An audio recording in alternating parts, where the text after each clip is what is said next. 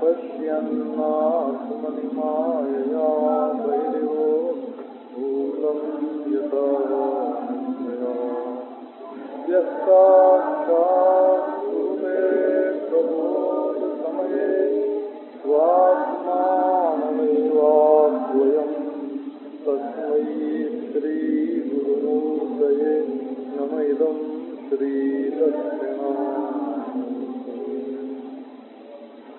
मुग्धं स्निग्धं मधुरमुरली माधुरी धीरनादैः सारं सारं शरणविवशं गोकुलव्याकुलत्वम् श्यामं कामं व्रजजनमनोमोहनं मोहनाङ्गं चित्ते नित्यं निवसतु भो वल्लभी वल्लभं अस्तित्वस्तरुणी कराग्रविगलत्कल्पप्रसूनाप्लुतं वस्तु प्रस्तुतवेणुनादलहरी निर्वाणनिर्व्याकुलम् स्रस्तनिरुद्धनीविविलसत् गोपीसहस्रावृतम् हस्तन्यस्तनतापवर्गमखिलो दारं किशोराकृतिः। ॐ शान्ति नारायण नारायण नारायण नारायण। का त्र्यंगते कलपदायत वेणुगीत सम्मोहितार्ये चरिता न चले त्रलोक्या त्रैलोक्य सौभगमिदं च निरीक्ष्य रूपं यद्गो द्विजद्रुममृगा पुलकान्यद्ब्रन् व्यक्तं भवान् व्रजभयार्तिहरोऽभिजातो देवो यथादिपुरुषः सुरलोकगोप्ता तन्नो निधेहि करपङ्कजमार्तबन्धो सप्तस्तनेषु च शिरस्सु च किङ्करीणाम्। ॐ शान्ति शान्ति शान्ति। इति विक्लवितं तासां श्रुत्वा योगेश्वरेश्वरः प्रहस्य सदयं गोपीः आत्मा रामोऽप्यरीरवतो।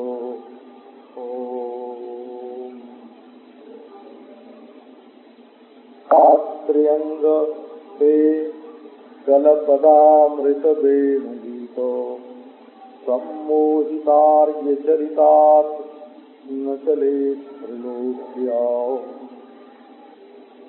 तीनों लोक में, तमोगुण में, रजोगुण में, सत्वगुण में पड़ी हुई ऐसी कौन सी स्त्री वृत्ति है, वृत्ति स्त्री है, जो तुम्हारे कलपद अमृतमय वेणुनाद से सम्मोहित होकर आर्य चरित्र से विचलित न हो जाए। गोपियां मानो संपूर्ण स्त्री जाति का प्रतिनिधित्व कर रही हैं, सबकी ओर से होते हैं। सत्व रज तम, जो तामसिक प्रकृति के होते हैं वो मूढ़तावश, वे मूढ़तावश कहीं कहीं फंसे होते हैं। न उनको धर्म का ज्ञान है, न भगवान का ज्ञान है, न भक्ति का ज्ञान है। तो ऐसे लोग तो अधिकांश न धर्म समझे न अधर्म समझे, जहाँ फंस गए पोंगापंथी हो गए। इसके लिए कई शब्द चलते हैं, वो एक बटिया नोसी है ना, पोंगापंथी, दकियानुसी, ये सब धर्म की भाषा में गाली दी जाती है। तो वो तो समझते ही नहीं है कि क्या धर्म क्या अधर्म। तो वो भी जब बांसुरी की धुन सुनते हैं तो उनकी मूढ़ता छूट जाती है, क्योंकि वो स्वर लहरी उनके सुषुप्त मन को जागृत कर देती है। तो दूसरे राजसिक लोग हैं, उनको भी धर्म अधर्म का पता नहीं है। वे जहां उनको मजा आवे वही काम करते हैं। वो तो राग द्वेष में फंसे हुए हैं। तो मूढ़ता लोग, तमोगुण अज्ञान के नीचे मूढ़ लोग दबे हुए हैं मूढ़ता से, उनको ये बंसी ध्वनि जगाती है। और जो मजा के लिए संसार में फंसे हुए हैं राग द्वेष में और अपने रागोपदिष्ट धर्म को ही सबसे बड़ा धर्म मानते हैं। देखो ना, पहले कुटुंब की पहले सत्य, पहले ईश्वर की पहले भाई भतीजा।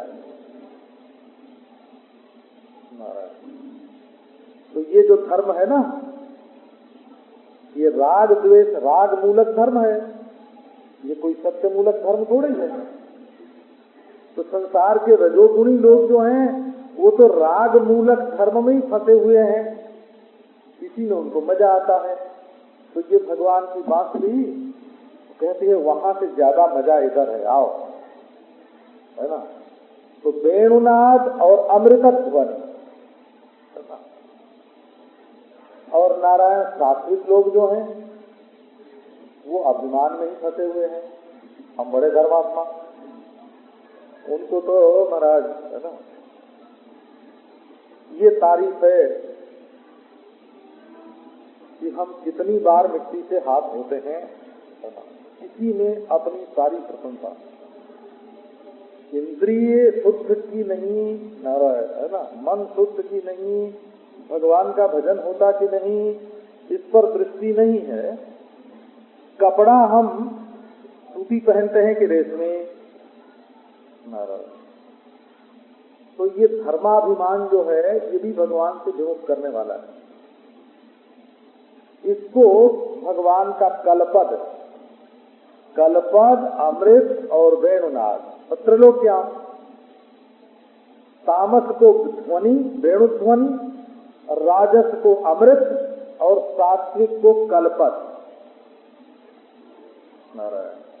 और गुणातीत को जो लोकोत्तर अलौकिक चमत्कार है ब्रह्मानंद का, है ना, ब्रह्मानंद की अभिव्यक्ति, वो खींचती है। तो भगवान की बंसी ध्वनि तमोगुणी को, रजोगुणी को, सत्वगुणी को, है ना, वृत्ति मात्र को, चाहे जीवन मुक्त की वृत्ति हो, चाहे सात्विक पुरुष की वृत्ति हो, राजस वृत्ति हो, तामस वृत्ति हो, है ना, सबको ये बंसी ध्वनि अपनी ओर खींचती है। इसलिए आत्मा रामाश्च मुनयो निर्ग्रंथा पूर्वक्रमे कुर्वन्ते है सुखीम भक्तिम इत्थम भूत गुणो हरे। जो आत्मा राम है, मुनि है, निर्ग्रंथ है ना। आत्मा रामा अपने स्वरूप की समाधि में मगन है, मुनया समलीन मानस है, समाधि लग रही है। और निर्ग्रंथा पोथी पन्ना फेंक के होए विचरो निर्धार, चोटी की गांठ तोड़ के, जनेऊ की गांठ तोड़ के, कपड़े की गांठ तोड़ के, काम ग्रंथि, क्रोधक ग्रंथि, लोभक ग्रंथि तोड़ के, अविद्या ग्रंथि का निरसन करके आत्मा रामाश्च मुनयो निर्ग्रंथा अपि उरुक्रमे कुर्वन्ते हेतुकीम भक्तिम, उनको भी ये कल पद अव्यक्त अद्भुत ध्वनि ये अपनी ओर खींच लेती है। तो कौन सी ऐसी स्त्री है?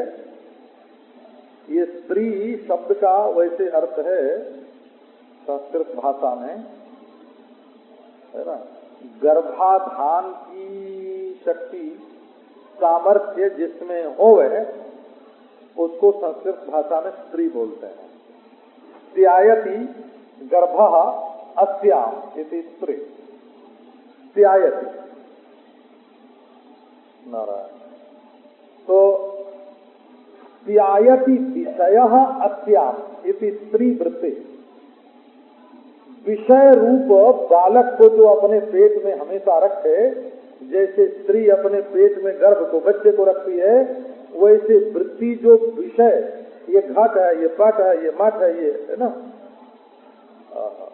कोई न कोई विषय, शब्द स्पर्श रूप रस गंध, कुछ न कुछ अपने भीतर जो रखे उसका नाम वृत्ति है, उसी को स्त्री कहते हैं।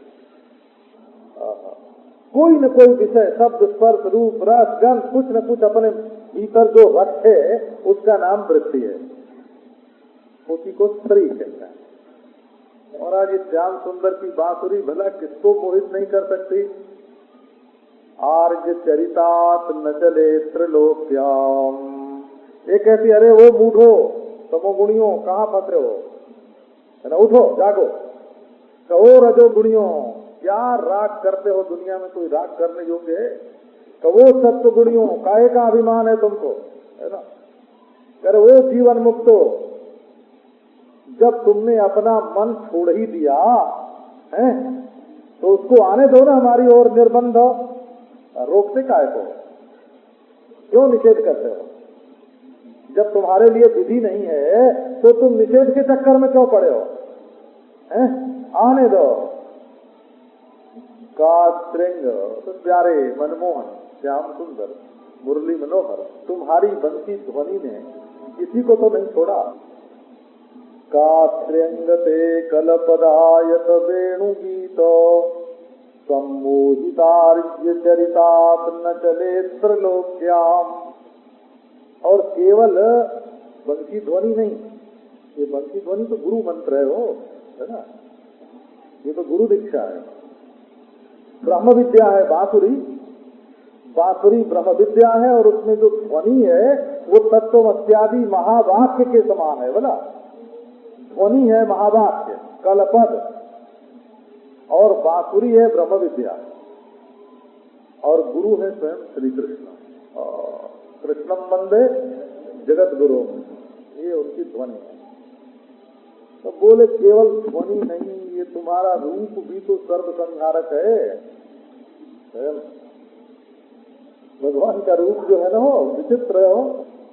धर्म कल बताया था ना, ये तो जड़ पदार्थ के धर्म को, पशु के धर्म को भी नहीं रहने देता। वृक्ष झुक जाते हैं फल फूल लेकर के श्री कृष्ण के चरणों में, पत्ते हवा करते हैं, और वृक्षों के शरीर से मधुक्षरण होता है। वृंदावन में एक वृक्ष था हो, है ना, अभी बहुत थोड़े दिनों के पहले तक वो अपना काम करता था बोला। कहाँ था वो, नंदगांव और बरसाने के बीच में जब जाते हैं ना, तो बाएं हाथ को, नंदगांव से बरसाने को जाए तो बाएं हाथ को एक दुमिल वन पड़ता है बोला, उसका नाम है द्विमिल वन। जहाँ दोनों मिल है उसका नाम द्विमिल, दुमिल बोलते हैं ब्रज भाषा में, दुमिल बोलते हैं। उस वन में एक वृक्ष था। कैसा वृक्ष था कि वृक्ष तो था काला काला, उसका नाम किसी को मालूम नहीं था कौन सा वृक्ष है बोला। और उसमें एक सफेद सफेद लता लिपटी हुई थी, मोटी मोटी है ना। वृक्ष भी बड़ा प्रबल और लता भी हरा भरा हो वृक्ष। तो उसके जड़ में एक जगह से रस गिरता था बोला। तो पहले महात्मा लोग अपना कमंडल उसमें लगा देते थे और रस निकलता था और पी लेते थे, है ना।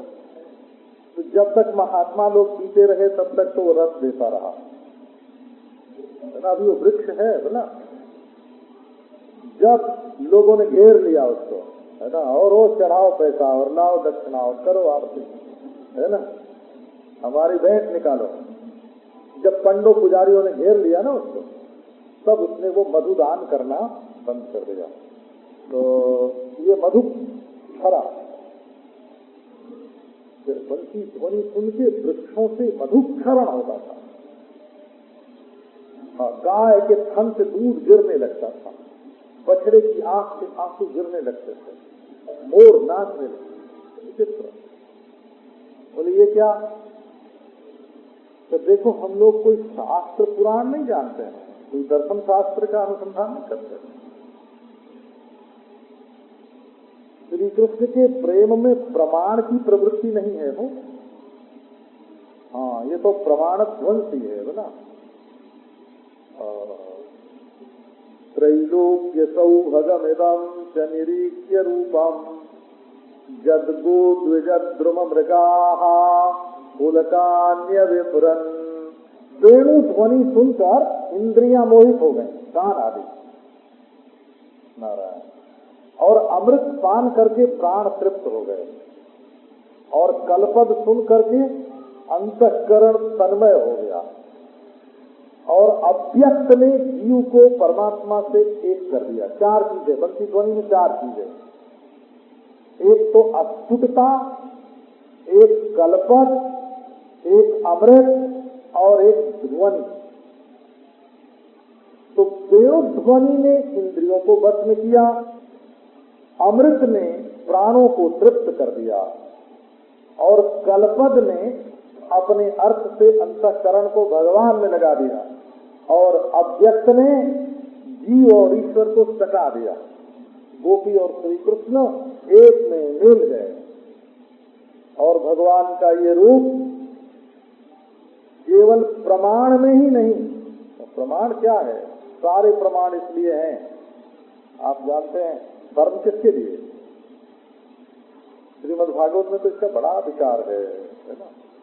त्यक्त्वा स्वधर्मम चरणाम्बुजम हरेर भजन न पक्वो थपते ततो यदि यत्र क्ववा भद्रमभूतमुष्यत्यम को वार्थया तो भजताम स्वधर्मतः। बोले भाई, एक आदमी ने अपना धर्म तो छोड़ दिया, नहीं है डोगी, वृंदावन में रहता है, ये तो बाह्य धर्म का तो लोप हो गया, लेकिन वो भगवत धर्म चरणारविंद का भजन कर रहा है। त्यक्त्वा स्वधर्मम चरणाम्बुजम हरेर भजन। अब भजन परिपक्व नहीं हुआ, और परिपक्व नहीं हुआ भजन, अब मर गया, तो क्या होगा उसका? अब देखो, धर्म छोड़ दिया इसलिए तो नरक में जाना चाहिए, और भजन पूरा नहीं हुआ इसलिए भगवान नहीं मिलने चाहिए, तो उसकी क्या गति होगी? तो क्या वो नरक में जाएगा? नारायण कहो, नरक में नहीं जाएगा। उसने भगवान के चरणारविंद का भजन किया है। नहीं कल्याण कृत दुर्गतिम तात गच्छति स्वल्पमप्यस्य धर्मस्य त्रायते महतो भयात्। तो उसका कोई अमंगल होगा, अकल्याण होगा क्या? नहीं। जो भगवत भजन करता है उसका अमंगल, उसका अकल्याण कभी नहीं होता। इस लोक में, परलोक में, जीवन में, मरण में कहीं उसका अमंगल नहीं है। अच्छा, कोई है, उसने महाराज ऊपर से खूब सीट चाप रखी, टिपुआन किया। ये हमारे गांव का शब्द टिपुआन हो, शायद आपको लगता है ना। हिंदी में, शुद्ध हिंदी में नहीं चलता है। टिपुआन माने वो छू गया, और ये छू गया, और ये हो गया, और वो हो गया, है ना। दिन भर यही लोगों को टोक टाक, है ना, लोगों के काम में खुजर निकालते रहे, है ना। काटने का काम हो। खुजर माने आखुचर, आखू कहते हैं संस्कृत भाषा में चूहे को, है ना। तो कुचरता है ना, कागज कुचर दिया, कपड़ा कुचर दिया, कोई काम थोड़ी होता है। ऐसे कई लोगों का स्वभाव होता है, वो चूहे की तरह काटते ही हैं। चूहा कागज खाता नहीं, किताब खाता थोड़ी है, तो चूहा कपड़ा भी नहीं खाता, लेकिन बड़ी बड़ी कीमती वस्तुओं को चौपट तो कर देता है ना। तो महाराज, कई लोगों का ऐसा स्वभाव रहता है कि वो कुचर निकालना जानते हैं, दूसरों की गलती निकाल दें, ब्रह्मा की गलती निकाल दें, है ना, ब्रह्मा की गलती निकाल दें।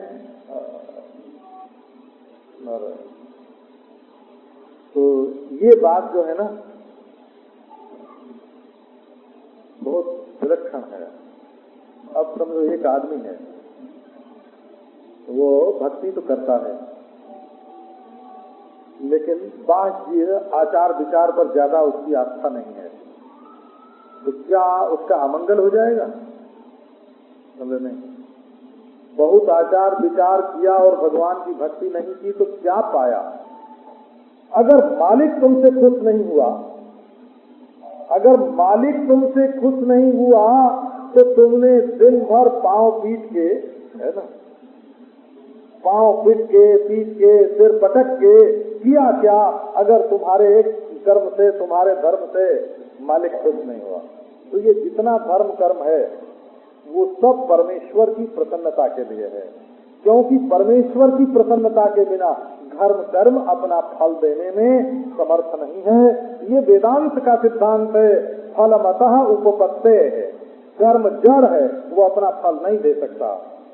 जब ईश्वर देखता है कि इसने हमारे सम्मुख होकर के कर्म किया है कि विमुख होकर के कर्म किया है, तो जो सम्मुख होकर के कर्म करता है उसको ईश्वर अपने पास बुला लेता है, और जो विमुख होकर के कर्म करता है उसको ईश्वर संसार में भेज देता है। और विमुखता में भी अच्छा कर्म करे तो स्वर्ग में भेज देता है, और बुरा काम करे तो नरक में भेज देता है। और सन्मुख होकर के जो करे, महाराज,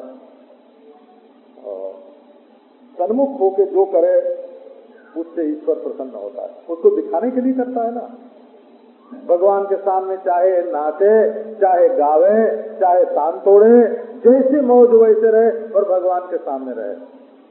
तो सब धर्मों का फल ये है कि भगवान के चरणों में भक्ति होए, भगवान के चरणों में प्रीति बढ़े, प्रीति, ये धर्म का फल है। धर्म स्वनुष्ठित पुंसाम विश्वक्सेन कथा सुजः नोत्पादयेद यदि रतिम श्रम एव हि केवलम। एक आदमी ने खूब दान किया, खूब व्रत किया, महाराज, है ना, कृष्ण किया, शांत तपन किया, चांद्रायण किया, प्राजापत्य किया, बड़े बड़े व्रत होते हैं, सब व्रत किया, खूब दान किया और खूब होम किया, यज्ञ किया, है ना, लेकिन भगवान की कथा नहीं सुनी और भगवान के चरणों में प्रीति नहीं हुई, तो वो धर्म क्या है? बोले श्रम एव हि केवलम। उसने धर्म नहीं किया, तो तब क्या किया? बोले श्रम किया, उसने परिश्रम किया, उसने मेहनत मजदूरी की, क्योंकि जो रस हृदय में जीवन में आना चाहिए था, तो रस तो जीवन में आया ही नहीं। इसी से बताया कि सब धर्मों से बड़ा धर्म कौन सा है।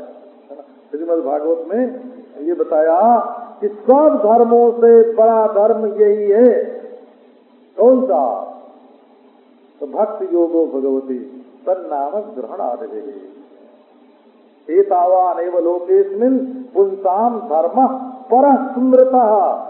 जोनि में, मनुष्य जीवन में, है ना, इस लोक में इतना ही धर्म है कि ये जीव, है ना, जैसे आरती करते हैं ना, भगवान के सामने जैसे आरती करते हैं, वैसे आरती की लौ की जगह पर ये जीव हो जाए और भगवान के चरणों में ये निछावर हो जाए, इसमें जीवन की सफलता है ना। बड़प्पन बढ़ने में जीवन की सफलता नहीं, अभिमान पर तो कभी न कभी चोट लगेगी। चाहे मूढ़ता का अभिमान हो, चाहे राग का अभिमान हो, चाहे धर्म का अभिमान हो, जहाँ अभिमान होगा, चाहे ज्ञान का अभिमान हो, चाहे योग का अभिमान हो, जहाँ अभिमान होगा वहाँ तो चोट बैठेगी। तो देखो, संसार की प्रकृति को बदल देने का सामर्थ्य है भगवान के रूप में, भगवान की वंशी ध्वनि में। त्रैलोक्य सौभगमिदं च निरीक्ष्य रूपम जद्गोद्विजद्रुम मृगाः पुलकान्य विभ्रन्। ऐसा वर्णन मिलता है कि वर्णन क्या मिलता है, हमने देखा है बोला।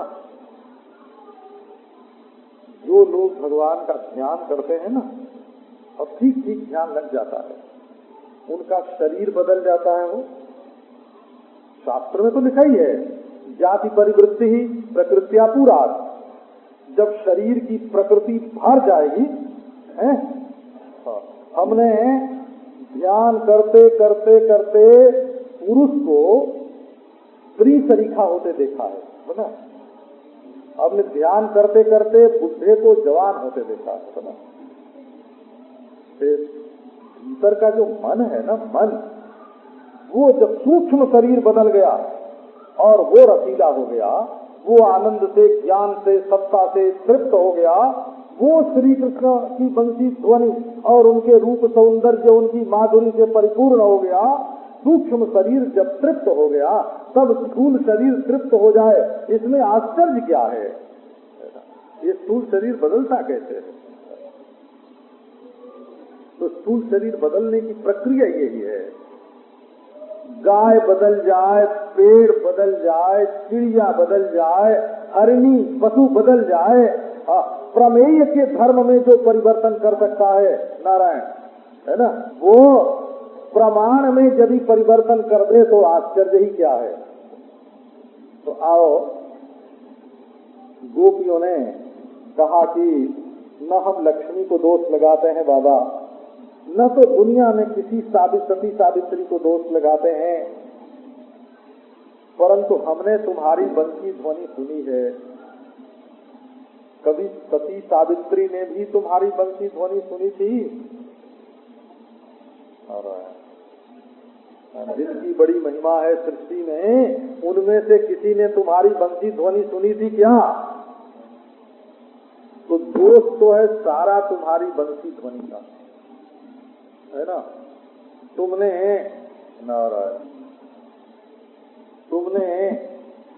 अपनी बंसी के द्वारा प्रणय निमंत्रण देकर हमको बुला लिया अपने पास, और अब कहते हो कि लौट जाओ। जो तुम्हारे पास आकर के लौट जाती होंगी वो कोई स्त्री दूसरी होंगी।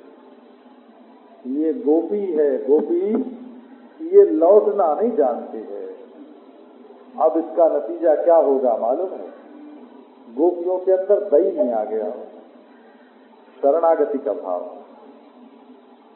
उनके मन में आया कि अब हमारे प्रयत्न से कुछ नहीं होगा, हमारे साधन से कुछ नहीं होगा, इनकी कृपा से ही सब कुछ होगा।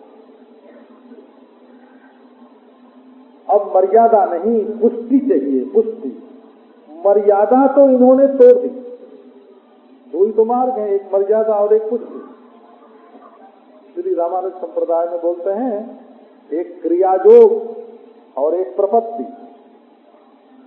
क्रियायोग माने दिन भर जो पूजा करते रहते हो, न्यास वास करते हैं ना, चंदन लगाते हैं, न्यास करते हैं और पूजा करते हैं, और माला पहनाते हैं, आरती उतारते हैं, बारंबार स्नान करते हैं, ये सब क्या है? ये क्रियायोग है।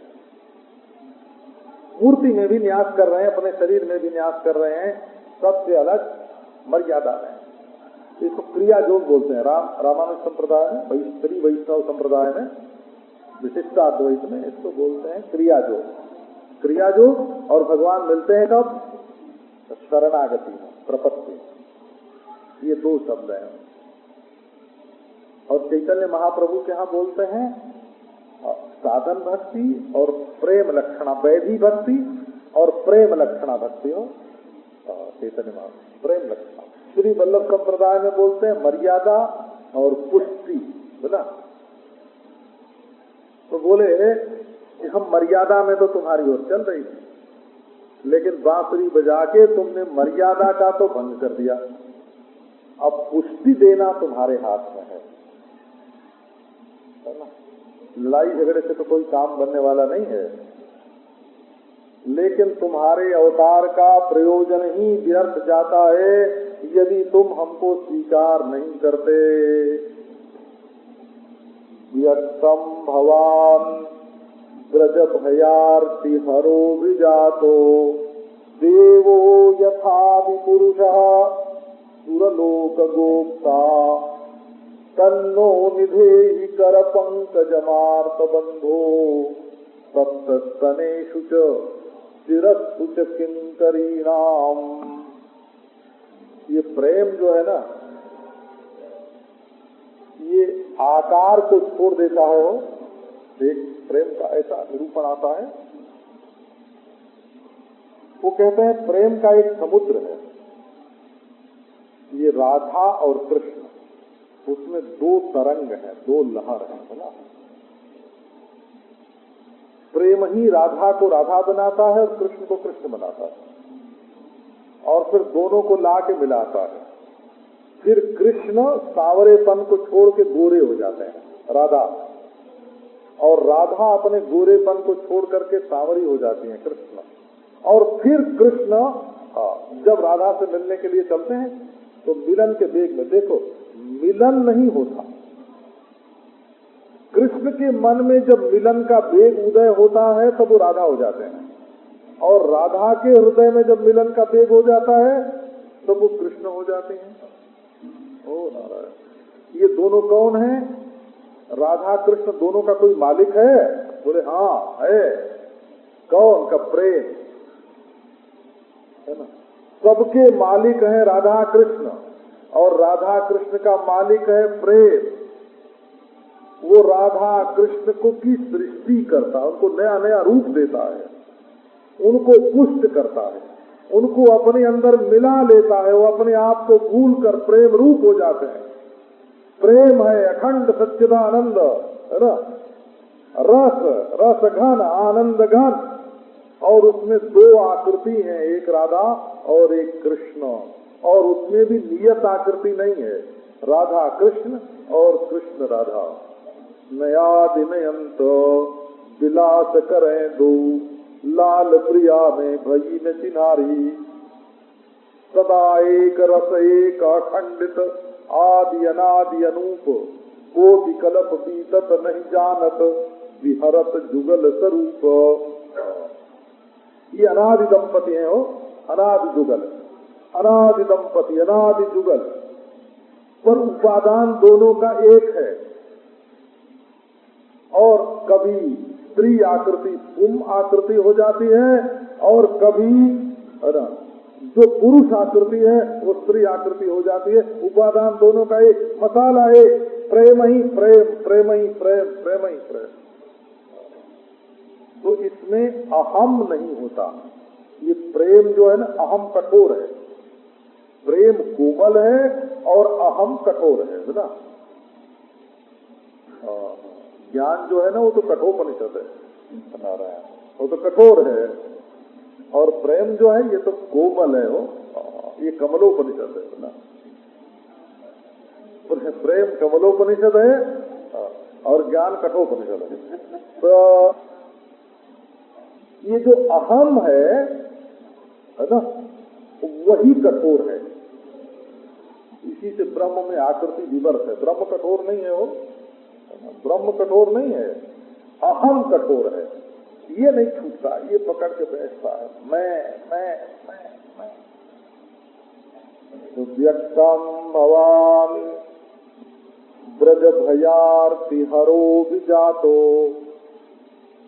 देवो यथादि पुरुषः सुरलोक गोप्ता, तन्नो निधेहि कर पंकजमार्त बंधो, सप्तस्तनेषु च शिरस्सु च किंकरीणाम। देखो श्री कृष्ण इतनी बात तो स्पष्ट है, इसमें कोई तर्क वितर्क युक्ति की जरूरत नहीं है, बात मुबाइसा नहीं करता है क्या। तो भगवान ब्रज भयार्ति हरो भी जाता है। आप ब्रज के भय और आरती, इन दोनों का नाश करने के लिए पैदा हुए हो। अब देखो यहाँ आम गया है ना, जो तो ब्रज में कंस आदि का जो भय है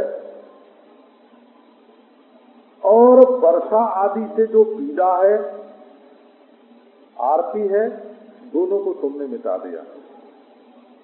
और यहाँ ब्रज भयार्ति हरा का अर्थ है, हमें जो तुम्हारे विरह का भय हो गया है कि कहीं श्री कृष्ण हमें छोड़ न दें, और इस समय तुम्हारी उपेक्षा से जो पीड़ा हो रही है, विरह का भय और उपेक्षा से पीड़ा, आरती है ना। तो ब्रज शब्द अपना नाम तो लिया नहीं इन्होंने,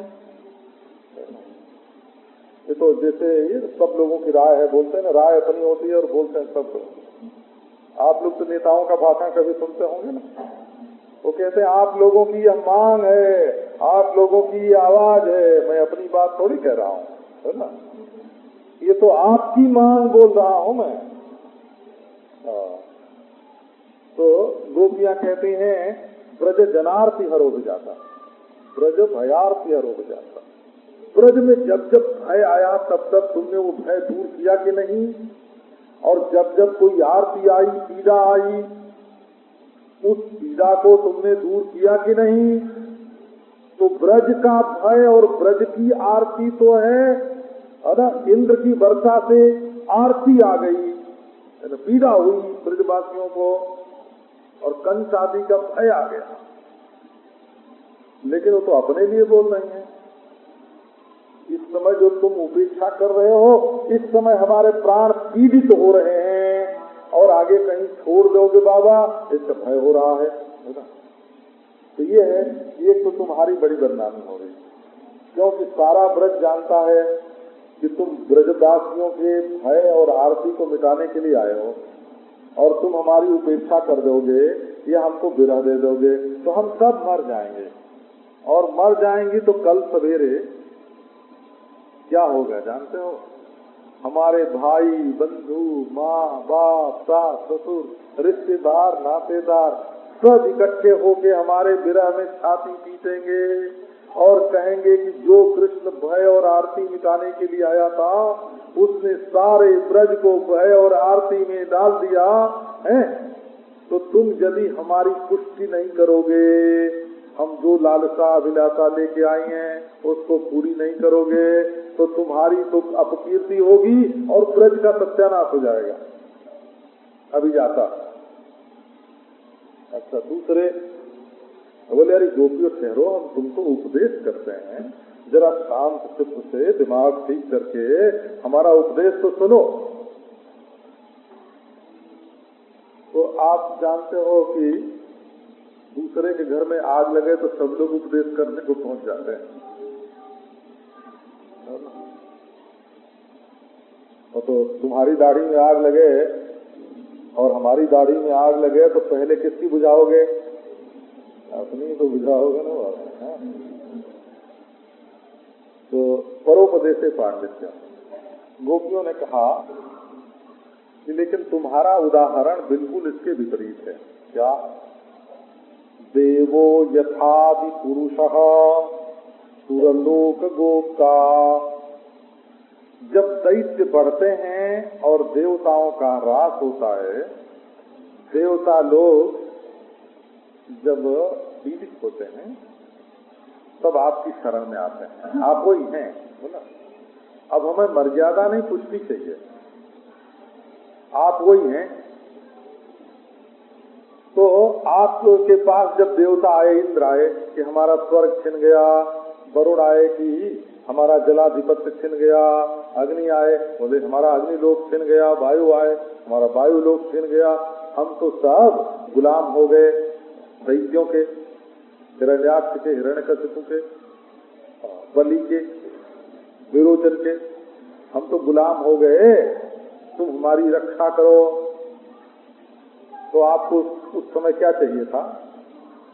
उस समय चाहिए था कि उनको तत्व ज्ञान का उपदेश करो।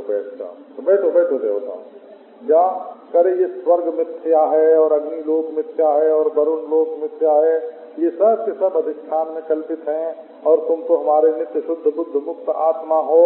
अब ये स्वर्ग की इच्छा तुम लोग छोड़ दो, है ना, देवलोक के आधिपत्य की वासना छोड़ो, बहुत बुरी है, और ये हार और जीत में सम हो जाओ। अब देव दैत्यों से लड़ाई करने की जरूरत नहीं है। ऐसा उपदेश तुमने देवताओं को क्यों नहीं किया है? तब तो देवताओं की इच्छा पूरी करने के लिए देवो यथादि पुरुषः, देवो यथादि पुरुषः सुरलोक गोप्ता। जैसे आदि पुरुष देव उस समय ज्ञानोपदेश नहीं करता। जिस समय किसी को तकलीफ हो रही हो ना, उस समय उसको ये नहीं कहना कि ये जो तुम्हारा फोड़ा है ये मिथ्या है, और तुम्हारा दर्द प्रतीति मात्र है, और तुम्हारा शरीर अधिष्ठान में कल्पित है, ये उस समय नहीं बताना हो जिस समय किसी का थोड़ा दुख रहा हो, उस समय के लिए उपदेश नहीं है ये। हाँ, उस समय तो उसकी दवा दारू करनी चाहिए ना, उसको सुख पहुंचाना चाहिए, है ना? वो तो जब अपने को होए थोड़ा, तब सोचना कि ये शरीर अधिष्ठान में कल्पित है और इसमें थोड़ा बिना हुए प्रतीत हो रहा है? और इसमें दर्द वर्द नहीं है। अपने को हो जब सोचना चाहिए, दूसरे को हो तो उपदेश नहीं करना हो, नहीं तो तुम्हारे वेदांत की इज्जत गिर जाएगी बोला। तो भगवान भी देवताओं को समता का उपदेश नहीं करते। कहते अच्छा देवताओं तुमको बड़ा कष्ट है, हार गए तुम, अच्छा अच्छा देखो हम तुम्हारे भाई बनते हैं, छोटे भाई बन जाते हैं। तो इंद्र बड़े और वामन छोटे, छोटे बन गए ना। अच्छा छोटे बन के उपेंद्र बन गए, सभापति नहीं, उप सभापति, अध्यक्ष नहीं, उपाध्यक्ष, है ना, वाइस प्रेसिडेंट बने हो स्वर्ग के। तो भगवान होने पर भी, और देखो इतने छोटे बने कि ब्राह्मण बन के, मंगते बन के बलि के दरबार में गए और वहाँ भीख मांगी, और भीख मांग करके अपने भाइयों को दे दिया, है ना, अपने भाइयों को दे दिया। तो बोले वहाँ उपदेश नहीं करते हो ना, वहाँ तो वस्तु देते हो, वहाँ क्यों नहीं कहते हो कि सर्वं कल्विदं ब्रह्म, है ना, क्यों नहीं बोलते? अब हम जब एक इच्छा लेकर के आई हैं, ये ज्ञान की बड़ी विचित्र गति है, इसको लोग थोड़े लोग समझते हैं। बोला ज्ञान असल में मृत्यु का निवर्तक नहीं है, और राग द्वेष का भी निवर्तक नहीं है, और ये धर्म कर्म का भी निवर्तक नहीं है। ज्ञान का किसी भी साधन से विरोध नहीं है। जिसका किसी से विरोध होता है वो सविशेष होता है, निर्विशेष होता ही नहीं। तो ये जो तत्व ज्ञान है ना, ये भी सविशेष है, परंतु अज्ञान मात्र का विरोधी है। ज्ञान साधन का, संध्या बंधन का विरोधी, ये नहीं कि ज्ञान हो गया तो संध्या बंधन छोड़ दिया। ज्ञान संध्या बंधन का विरोधी नहीं है, देव पूजा का विरोधी नहीं है, अग्निहोत्र का विरोधी नहीं है, भगवान नाम का विरोधी नहीं है। ज्ञान तो अज्ञान मात्र का विरोधी है। और तुम्हारे जीवन में जो अभ्यास है, जो वर्ण है, जो आश्रम है, जो धर्म है, जो साधन है, वो चलता रहे। अभ्यास का विरोधी नहीं है ज्ञान, ज्ञान अज्ञान का विरोधी है। और ब्रह्म जो है, ब्रह्म है ना, ब्रह्म तो अज्ञान का भी विरोधी नहीं है। ब्रह्म तो अज्ञान का भी विरोधी नहीं, उसका भी अधिष्ठान, उसका भी प्रकाशक। तो जो लोग समझते हैं कि ज्ञान होने से, है ना, ये साधन होगा और ये साधन नहीं होगा, वो गलत समझते हैं। तो देवता लोग देवता रहे, दैत्य दैत्य रहे, ज्ञान उसमें बाधक नहीं है। तो उनकी तो इच्छा तुमने पूरी की, अवतार लेके वामन बन के, है ना। और हम गोपियां एक इच्छा लेके तुम्हारे सामने आई हैं, तो तुम उसको पूरी नहीं करते हो। कहते हो कि अरे ये धर्म के विपरीत है ना, घर में लौट जाओ। अरे यदारेव विरजेत तदारेव प्रव्रजेत, है ना। श्रुति कहती है कि जिस दिन मन में ठीक ठीक वैराग्य आ जाए, है ना, क्योंकि वो वैराग्य का क्षण जीवन में कभी कभी ही आता है। जिस समय, जिस मिनट में सच्चा वैराग्य आ जाए, उसी समय छोड़ देना चाहिए। क्योंकि वैराग्य आज आया है, कल आवेगा कि नहीं आवेगा, इसका कोई ठीक नहीं है ना। तो बाबा मेरे क्या करना, व्यक्तम भवान ब्रज भयार्ति हरो विजातो देवो यथादि पुरुषः, जैसे आदि पुरुष देव नारायण देवलोक की रक्षा के लिए स्वयं अपने को छोटा बना देते हैं, झुक के भी देवताओं की रक्षा करते हैं। तो तन्नो निधेहि, श्री कृष्ण ने कहा कि गोपियों क्या करें, बोलो। बोले कि हम तुम्हारे अवतार को सफल करना चाहते हैं। व्यक्तम भगवान ब्रज भयार्ति हरो विजातो। तो बोले हम तो गोपियों पृथ्वी का भार दूर करने के लिए आए हैं, उससे हमारा अवतार सफल होगा। बोले वो तो तुम न आते, केवल बलराम जी आते ना, संकर्षण आते तो पृथ्वी का भार दूर हो जाता, क्योंकि सारी पृथ्वी को तो अपने सिर पर संकर्षण लिए रहते हैं, पृथ्वी का भार दूर करने के लिए तो काफी है? बोले फिर वसुदेव देवकी आदि को संतोष नहीं होता, इसके लिए मैं आया हूँ। बोले ये तो प्रद्युम्न कर देते, क्योंकि वो तो काम रूप है ना, उनको देख करके सबका मिजाज तर हो जाता है। तो बोले धर्म रक्षा का काम कौन करता, हम नहीं आते तो? बोले ये तो अनिरुद्ध कर देते, है ना। अनिरुद्ध जो है वो सात्विक श्वेतद्वीपाधिपति हैं, है ना, वो धर्म की रक्षा कर देते, तुम काहे को आए हो?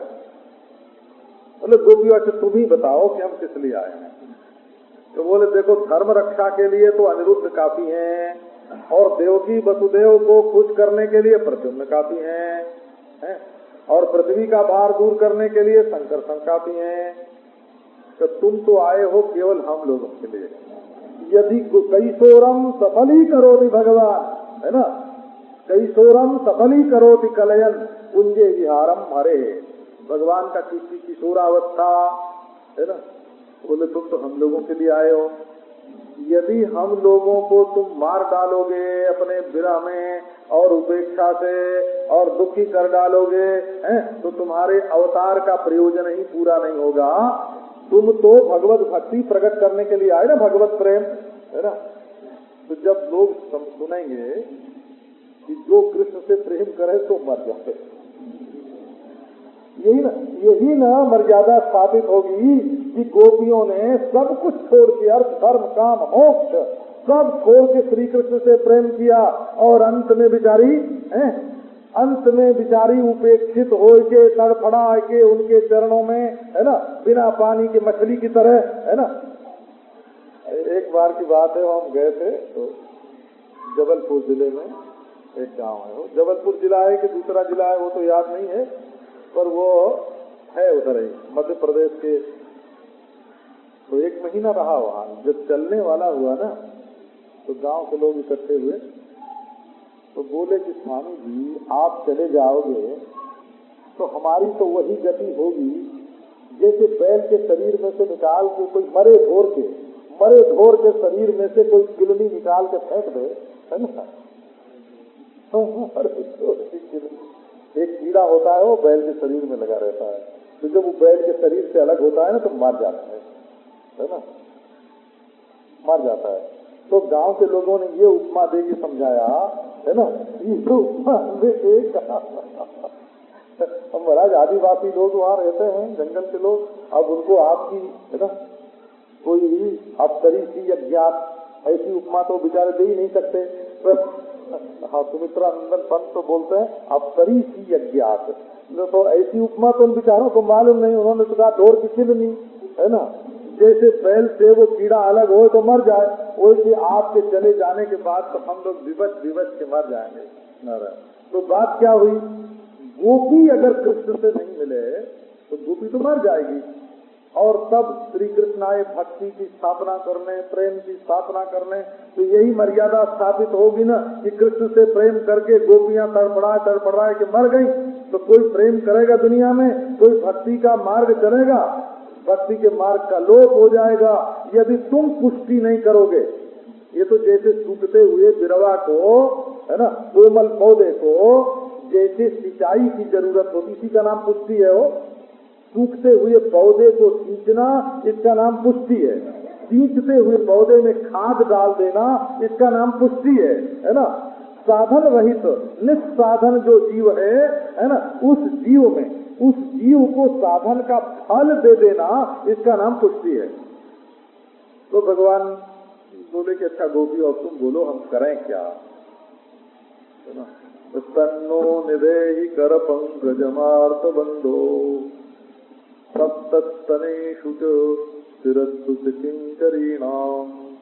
गोपियों ने कहा कि अच्छा, गोपियों आपस में जो बड़ी समझदार थी ना, उन्होंने कहा कि देखो सखी, ये सचमुच हम लोगों की उपेक्षा करते हैं कि बाहर से बनाव करते हैं? तो बोले सखी पता कैसे चलेगा? पता ऐसे चले कि तुम अपने शरीर पर इनको हाथ रखने को कहो, ऐसी जगह हाथ रखने को कहो कि इनकी लालच आ जाए, है ना। तब पता चल जाएगा कि इनके मन में बनावट है कि असलियत है ना? नारायण। जब बोले कि देखेंगे कि इनके शरीर में रोमांच होता है कि नहीं, इनके होठों पर मुस्कुराहट आती है कि नहीं, पकड़े जाएंगे, है ना, पकड़े जाएंगे। और दूसरी गोपी बोलते हैं जो नहीं समझती हैं, जो नहीं समझते हैं वो क्या बोलते हैं, तब वो कहते हैं कि पहले तो नारायण हमको निर्भय करो, हमें दो चीज चाहिए, एक तो चाहिए निर्भयता और एक चाहिए रक्तदान, है ना। पहले तो जो गर्म हवा लगती है उससे बचाओ, और उसके लिए उसके बाद जो पीने के लिए शरबत, गर्मी से बचाना और पीने के लिए शरबत दोनों चाहिए। तो गोपियां जो हैं वो अपने हृदय का भाव प्रकट करती हैं, बिल्कुल खुले। तो अब ये प्रसंग फिर आपको कल सुना।